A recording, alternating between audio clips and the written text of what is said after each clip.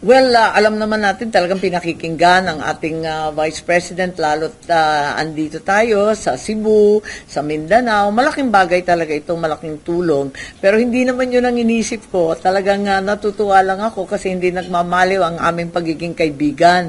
Sabi ko nga, kami naman ang magkaibigan nung umpisa dahil sa 2019, siya nangampanya para sa amin halos araw-araw. Nangangampanya kami sa lahat ng kasuluk-sulukan, and it went on even as DepEd Secretary. We ended up going to a lot of last mile schools, and I was full of admiration for her commitment and hard work. Palagay ko, ako nagpahamak sa kanya eh. Kasi recruit ko nga, hindi ko naman akalain na magkakaganito.